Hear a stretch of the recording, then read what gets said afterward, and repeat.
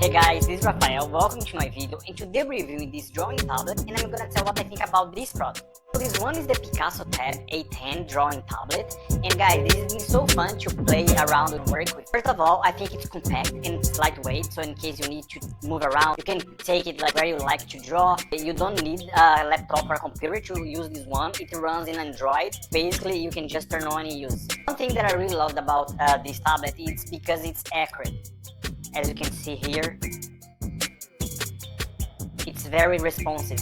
One thing that it's annoying is when it's lagging, but we don't have this with this tablet. It comes with many apps installed already, so you can play around. And another great point, as I mentioned, it runs Android, so you have basically a normal tablet and a drawing tablet all in one. In case you need a tablet to draw, like for fun, for example, or you need another tablet to work and study, you can just have all of them in one place, which saves money. If you are looking for a tablet that you can start drawing and working right out of the box, I would say this Picasso A10 is a great choice. It has a great cost benefit, and if I would have to rate, I would give 10 out of 10, and I recommend this product.